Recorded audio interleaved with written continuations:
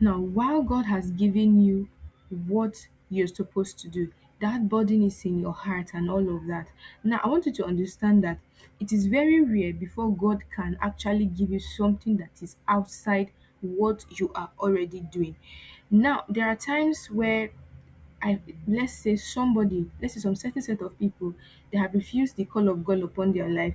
Definitely, God will be looking for other people that He can give that particular thing, people that are already yielded that He wants to give that thing to, so that that assignment is going to be carried out. But in a case where this is something that has been inside for a long time, but you have actually ignored it for a long period of time, there are personal resource audit that you are supposed to do, even when in the case where the burden you are having, it does not look like something that you have strength for. It does not look like you can sense that this probably is somebody else's stuff that I'm trying to do, that God is laying in my heart to do. You still need to assess yourself, even if you belong to another category. Regardless of the category, you need to first of all do a personal audit on your skill. What do you professionally or as a hobby you do? What do you do professionally? So you have to put that into consideration. Now, even if you are a teacher, I always come from that perspective of a teacher. Even if that is what you do, even if you are a cleaner, that is an experience on its own. I remember when I was having challenge with education, especially when it comes to going to the university. The period of time I stayed at home was approximately 5 years, and that period of time was experience on its own that I was not aware could help me. Now, I was saying, okay, since admission was not pushing through, let me get professional certification on something. Since I was good with giving ideas and projects and all of that, I asked questions, I did my research, and then I started calling some of these schools that profile that gives this certification. They asked me, "Are you an undergraduate student?" I said no. They asked me questions, but I told them that okay, it is only SSC that I have. Then later, when I did my research, and I found out that with my experience, I can still get this certification. And when I called them and I said, okay, I have 5 years experience with teaching, they said there's no problem that I can proceed with getting this certification. But God intervened and I had to do another course. Now, why am I saying this? Even when you are looking down on yourself that me, I cannot, that particular thing that you're currently doing, calculate the number of years that experience can give you an open door. Don't worry about what it is, but I believe it can give you an open door if you properly do your research. The Sometimes the experiences that you have might need you to create a portfolio to enable you apply for certain things that you would want to do. For example, when you create your portfolio, let's say you want to go to a design school, God has been giving you ideas about designs, right? And you are very good at drawing. Maybe you're an artist that is drawing normal people and all of that. I'm not trying to look down on the creative side, but that is what, but God is giving you idea about product. When I say physical product, I mean something like this, but in a more dynamic way that solves even better problem and all of that. And then you are applying that skill that you already have to creating a portfolio. That portfolio now is what you are going to submit. Okay, let's say you don't have money to go to a design school, but that portfolio you can submit it to a product design company to hire you as an intern. You are entering there as an intern so that you can have an idea of what it means to design, produce, manufacture, material and all of that. You are entering there. So instead of going to the normal conventional school, that already experience that you have will enable you. See, even if you are selling the product, right? You can still create a portfolio to show that you actually this is where you are coming from. Even when the experience does not match, still have a portfolio. So the skill you already have, the experience you already have, regardless of what it is something for you to start with. The next one is network. You need to ask yourself, what are your network? Now, sometimes when you're trying to solve a problem, you might want to start with the people around you, your family members, your colleagues, your church members, the community, your online connection, your online audience. Like, you need to check your network. All these people that are in my network, which of this set of people are likely to use the thing I'm trying to do? Which of this set of people are likely to purchase from me? which of this set of people are likely to support me. You see, there are certain people online that when they create a new account, they will go and block all their colleagues, block everybody that know them. The reason is some of them are feeling insecure. That is why, as a person, in any circle you find yourself in somebody's life, if you are let's say you meet somebody at work or at school, in the church, mind the way you have communication with them. I'm not saying that you should not correct people, but if you are the type that always bring people down with your words, you might not, when these people are launching something that will even benefit you, but they will block you because for the every little step somebody wants to take, you are already shutting them down. For every little step somebody wants to, you are already, they will not be, on the day they are doing something, they will just block you. Right now, Instagram now has a feature where you can take a break from somebody. You should not be that person that people want to take a break from. So you need to also survey your network. This will enable you to know which set of this network you will be launching first to. Sometimes you might be attending a mega church. So that your small products that you are doing, you might say, they don't allow selling of puff puff at the entrance of the church. Or maybe the church has a cafeteria where they do, so you might say, they don't accept. If you are to say anything, you need to package it. So you might say, okay, I will start from my community. You might be living in a rural community, but you have access to a mega church. The way you present it to the mega church is different from the way you will present it to your community. All these things, you need to actually audit them to be sure where you are starting out from. The next one is your time. You need to check your schedule. You need to check what you do every single day, because we always say that we don't have time. What do you do every single day that is not adding to your life?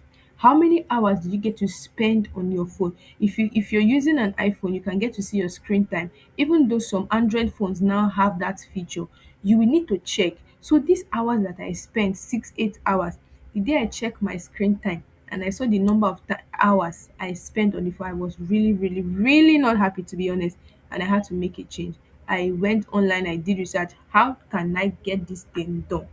So right now, there are weeks where I check my screen time and I'm okay with with what I'm seeing, and there are weeks where I check and I be like, no, no, no, it cannot continue like this. So you need to constantly pay attention to your time, because there are people that are using 48 hours in these 24 hours that many people are complaining about.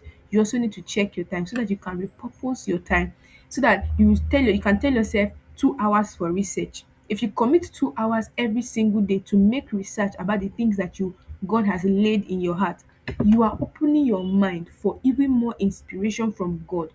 You can do a research about something, and then the Holy Spirit is going to give you a more better way to do it. But if you have not done your research, even if Holy Spirit gives you another inspiration, you might be finding it difficult to take a step. That is where your mentality comes in, this thing is too big, I'm not be able to do it. But when you do research with your time, you'll be able to know that there are people that came from even more tight corner than you, and they were able to do even better and greater things. The next one is knowledge. We cannot overemphasize knowledge. What you know that others need. Experience is valuable, right? What is that thing that you know that you feel that other people need it? And how are you going to present it to them? That is where, remember that network, you need to look at, okay, how do you present it to this fraction of people that are close to you. So knowledge, what, like I said, that thing that you know, that experience that you know, is not something to be taken for granted.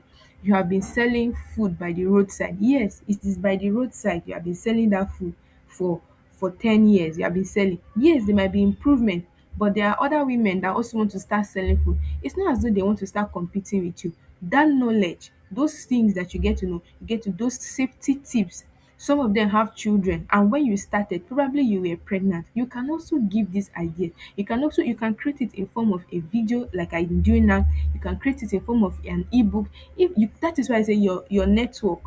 So if the set of people that you are targeting at the first stage are in the church, or depending on the kind of church you are going to, or depending on the kind of community where you live, you can decide on the mode of communication of that particular experience that you want to share to people. The next is your space. You need to also look at the kind of space that you have in your house.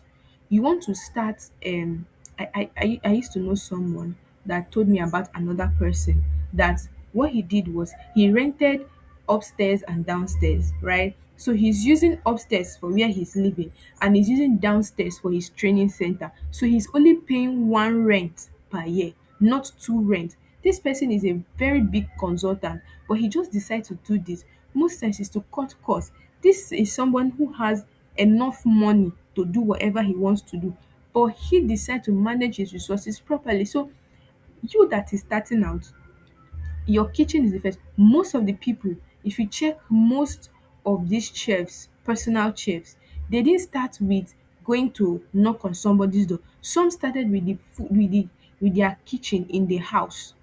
They started by posting. They started by posting it on social media. And as people begin to get to know them, they begin to get traction, they begin to get customers. You need to check for borrowed spaces. Sometimes what you want to do is maybe you want to start selling smoothie, but your target audience, because of where your house is located, you are hidden. So you might have to go outside and check. Okay, you are trying to solve the problem of you. Maybe you observe that the way people consume sugar in that particular place is too much, is a burden to you, but your house is somehow hidden. You will need a space outside your house. Now there are places where you will pay for your stand, whatever you want to maybe make on that land or build on that land. At the end of the month, you'll be paying them certain amount of money at the end of the month. Those are borrowed spaces. You need to check. Okay, how much are they going to charge? Or you can go to another person's place. For example, some people are into tailoring. Tailors normally share space. Hairstylists, they normally share their space with nail technicians and all those other people that are related to their business. So you need to go out and check for borrowed spaces. The next is the workplaces, like the place where you are working. For example, there's a particular place I went to one time, and the kind of food that they sell there, they are not really good food. Like even people are really complaining. A gigantic place, but the food quality is not top notch. Even people are willing to pay extra, but they are not getting. Imagine having to transport or calling Uber from another part of the city to bring food to that particular building. Now you need to check your workplace. So that your workplace, do they allow people to bring food to sell? So you can be like the food plug for the people in your workplace. So you need to check, is it permitted and all of that. You need to ask that question from the HR. Your HR is the person that you can ask that question. The next is community rooms. So in some countries, they have places for, let's say, design lab. So let's say God has given you idea on how to do something like this, but the cost of 3D printing machine you don't have, but you have a laptop and you can do the design. You can look for places like that, so that when you design, you can actually create your first 3D print and start creating all the variations there, and you are sending them online. So when people order for them, you will be able to manufacture them right there in that lab. There are labs that have such provision. Now you might be saying, you can easily send it to China. No. Whenever you have a unique idea and you have the resources to do it in your country, you have to do it, because if you go to China is an international market, and so your ideas can easily be stolen. There are things that you are yet to know, except you want to burden yourself with all that information, because even when you get to know those things, the finance to start getting all the papers, to get the lawyers, to get the patent, to get everything at an international level is going to be very, very capital intensive. That is why you need to start with your nation first. That's why you need to start from that small confine, so that by the time you have that finance, you will be able to pay for patent across different nations. There are certain products like was it what's the name of this? There's this car company, they invented something. When I remember the name, they invented something. This particular chair, Nissan, yes, Nissan. They invented a chair where once they clap, when they clap, the chair will kindly rearrange itself. So instead of the cleaner entering the room and arranging all the chairs that the board members have used for meeting before she start cleaning, just by clapping, the chair is going to move back into the table. They are the only one that have the right to use that. If you check, there is no, I don't think there's any country in the world that have such technology. They started it and they kept it because they have the money to pay. They have the money to pay for all the licensing. They have the money to pay for all the paperwork to get that done. But you don't have. That is why you need to start as small as possible so that you can be able to save as much money in order for you to do that. The next is your phone. Let's say God has given you the ability to be writing. You can write and you are saying, I don't have money to publish my book. Start typing with your phone so that you can start publishing on platforms. There are platforms that allows you to publish your books for free. Now, I'm not talking about Amazon KDP because I know that Amazon KDP, they do ban people a lot. I do have someone after they made profit and then they ban the person had to start again. No, I'm not talking about Amazon KDP. I mean writing your own book, launching and taking 100% profit. So you need to look for publishing platform. Maybe you like to write blogs and all of that. Then you can use platforms like Blogger by Google is free. You can start with that. Blogger by Google, and then you are writing your ebook. You can use Microsoft Word. When you are done writing it, you just convert it to PDF. It is there. Convert to PDF. Then when it comes to designing the ebook cover, you can come to Canva and design it for free. There are free templates that you can actually manipulate and use it depending on what you have as the cover on your head. You bring it to life there on Canva. Look, the design does not really have to be perfect. It doesn't have to be, because this is your first time. It's not going to be perfect. If I show you my designs on Canva in 2020 when I started, you will run away. But right now, it's not the same because of constant usage and constant practice with it. Recording studio, your phone can be used as a recording studio. There are apps that you can download that enables you to record proper recording. You can even record with your phone's recorder.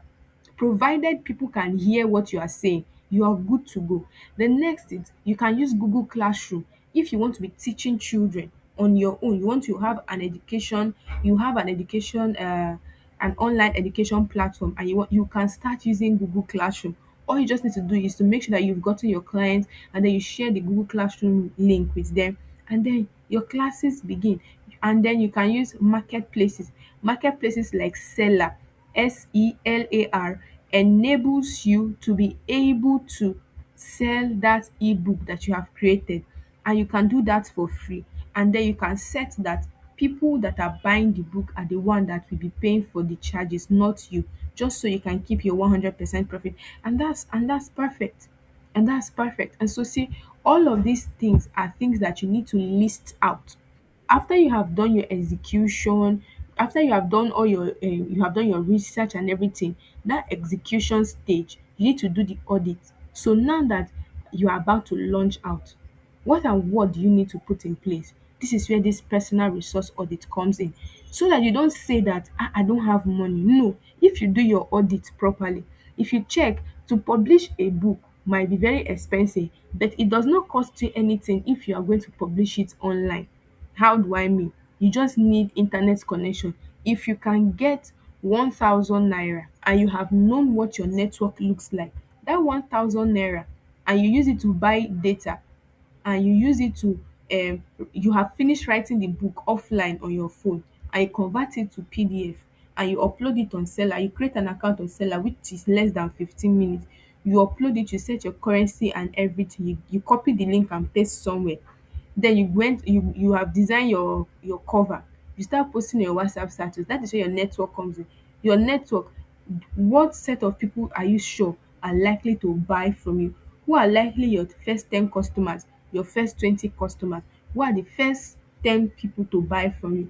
Now, remember, see, if you see the slide properly, I did not put friends. Sometimes friends will not buy from you because of over familiarity. You don't have to be offended. Jesus Christ, when they say, is this not the son of the carpenter? He was not offended. So you're also going to go through that. People from his own side, they were they were like, the son of the carpenter. Is that somebody that is the savior of the world? And he's already healing the sick. Oh. He is already doing mighty, mighty things. So they are still referring to him as son of the carpet. That's our familiarity. Because when you post on your status sometimes, and some people like, "Ah, is it not this girl that that we carried as a baby? I was there now when when her mother was pregnant to her. She's not selling ebook. I know there are people like that, but you don't have to bother yourself about such persons. That is why you need to do that audit of your network. You see, when you do the audit of your network, that is where you get to know if you have actually been associating with the right people or not. You see, this audit will enable you to remove certain things from your life. You will become aware of things that, how can this thing be in my life all this while and I am not aware? Some of these discoveries can be good and some can be bad, but you still need to do your personal audit, as they will enable you to launch properly and you'll be able to answer questions where required.